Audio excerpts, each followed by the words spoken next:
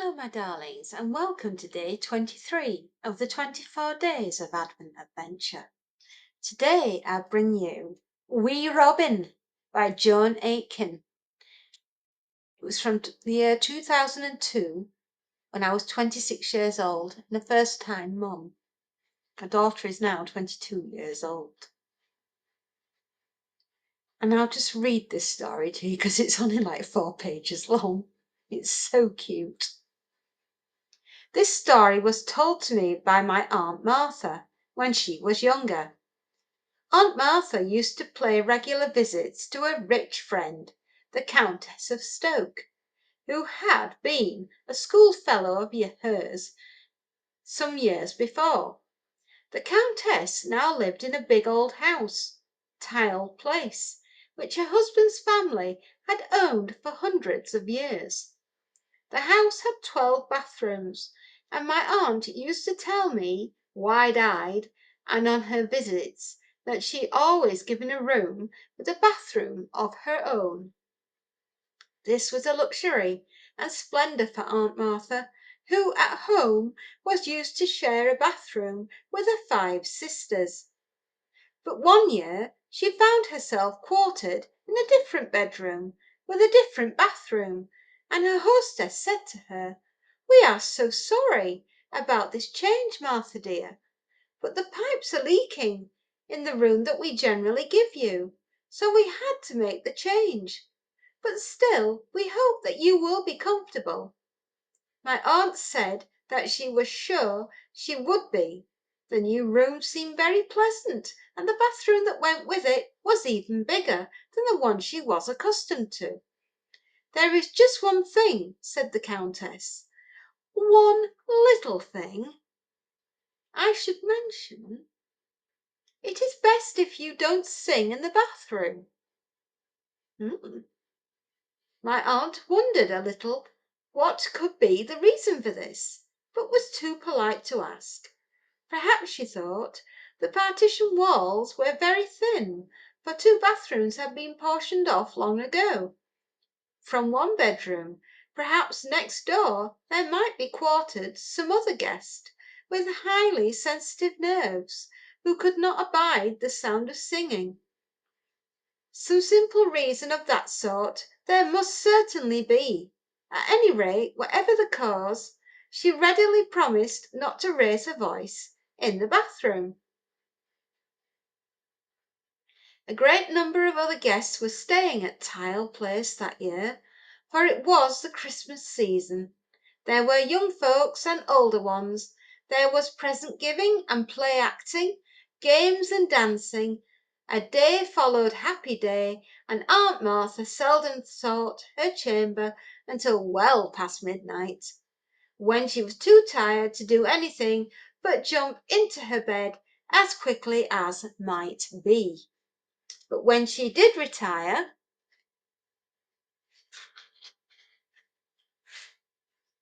she always remembered her friend's prohibition, and never, when she was within her own domain, made the mistake of raising her voice in song. But one night, near the end of her visit, as it happened, the younger guests had been gaily country dancing in the huge old raftered hall, which was the most ancient part of Tile Place. Fiddlers and pipers had been summoned from Tile Village, and most of the party had been dancing until well into the small hours. Then the tired players were handsomely feed by the Earl and Countess. They took their leave, and the young guests started upstairs to bed, some of them at last, still wishful to remain downstairs a while longer, and go on dancing. Through the closed front door they could still hear the village band gaily playing their way down the hill. The tune they played was "Gathering Peascods," which, as it happened, had been the final dance before the party came to an end. My Aunt Martha heard the music come floating through the bedroom window, which faced forward onto the approaching drive. Without thinking, Martha began to whistle, for she had a clean and tuneful whistle, like a boy or a blackbird. And still without thinking, in her happy mood, after the festivities, she plucked her nightgown off the bed where it was laid out for her and danced her way into the bathroom, still whistling Gathering Peascods, a joyous, lively tune. What was her astonishment then to see a wee boy sitting on the bath mat by the bath, naked as a bulrush, and crying his heart out. "Who in the wide world are you?" says my Aunt Martha.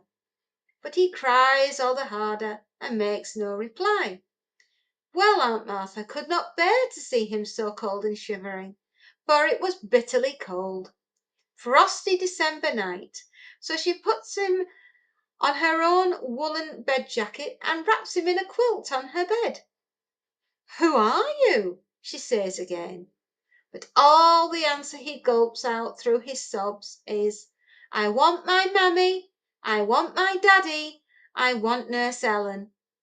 Well, Aunt Martha is puzzled at this, as may be, for, to her knowledge, none of the other guests have brought a child with them to Tile Place. "But," she says, "wait a minute, my dearie, I'll fetch your Aunt Delia, and soon she'll have ye sorted." Then she runs along the passageway and down the stairs to where her host and hostess are still discussing the end of the party. "Delia, come quick," she calls. "There's a wee boy in my room, and the poor dear little thing, he seems clean moithered. Not a stitch on him, calling for his mammy." Poor Countess Delia turns white as a pillow slip. "Oh, my dear," she says, "just what I hoped would not happen. But who is the poor child, and who are his parents? Come to him, quick, quick." "I'll come, my dear, but the chances are he'll not be there." Sure enough, when they return to Martha's room, there's no sign of the child. The jacket and quilt are there, snuggled around on the bed, as Martha had left them, but the wee boy is gone. "Where can he be?" cries Aunt Martha, and runs into the bathroom. But the child is not there either. And what strikes Martha for the first time, the bath mat he had sat on is gone too. But there is still a plain blue woolen mat hanging on the warm towel rail. "We never know where he's gone," says the Countess. "But who is he, and who are his parents?" "Dead and gone, my love, these 100 years. That's the pity of it." "What do you mean, Delia? And who is the little lad?" "He's wee Robin." So the Countess tells his story. He had a godmother, Lady Astoria Vane, who was a cousin of his father, the 4th Earl. Lady Astoria doted on the boy. She was a great traveller, as ladies were at that time.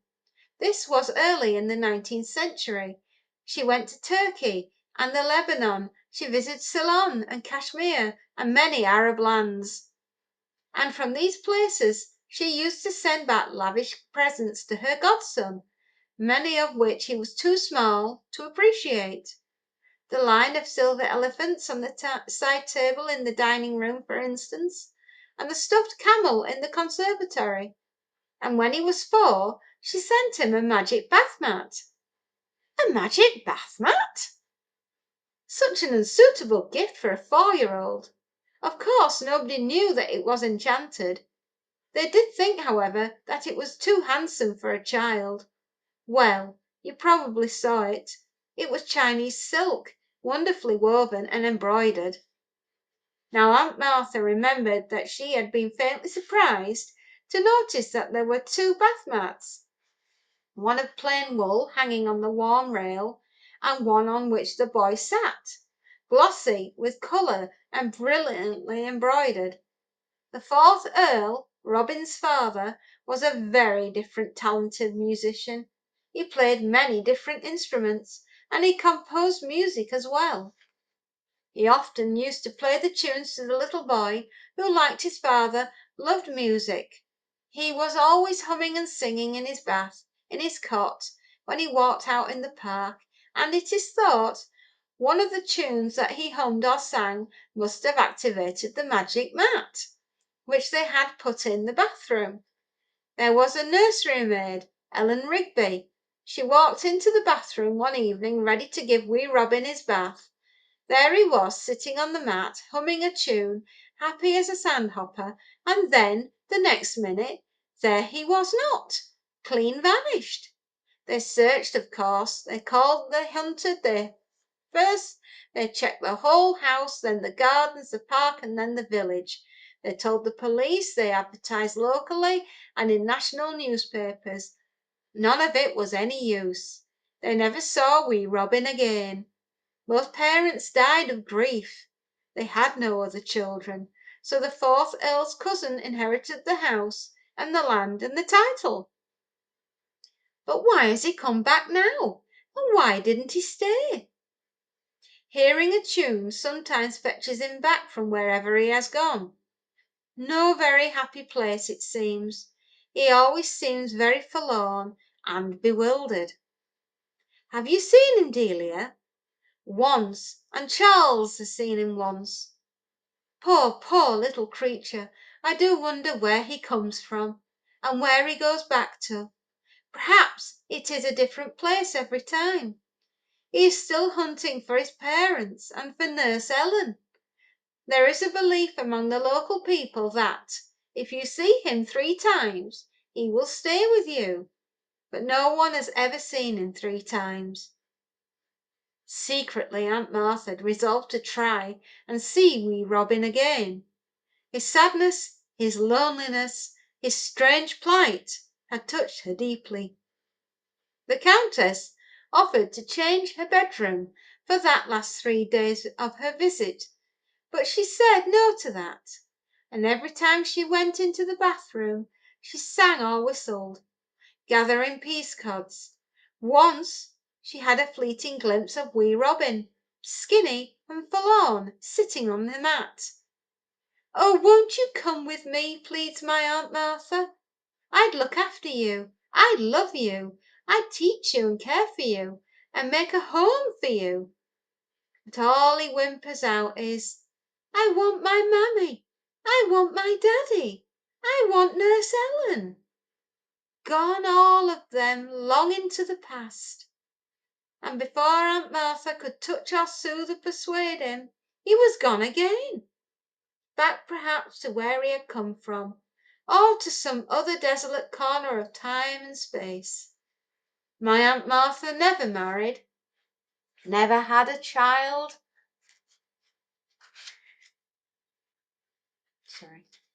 of her own. I think she always hoped she would see wee Robin a 3rd time, but her friends left Tile Place, and it was pulled down. A wind farm occupies the site. 40 great spinners stand there, whirling their arms against the sky, and if wee Robin comes visiting there, he must find it bleak indeed. What a truly beautiful little story from 2002 by Joan Aiken. I hope you enjoyed it, my darlings. I really do. I love reading to you, and I hope you enjoy listening. If you like what I do, you can always give me a thumbs up. And if you really like what I do, you can always give me a follow and come back for day 24 tomorrow, Christmas Eve, when goodness knows what I will choose. But I can guarantee you this, it will be a beautiful tale, no matter what. Take care, my darlings, and happy readings and enjoy. Bye-bye.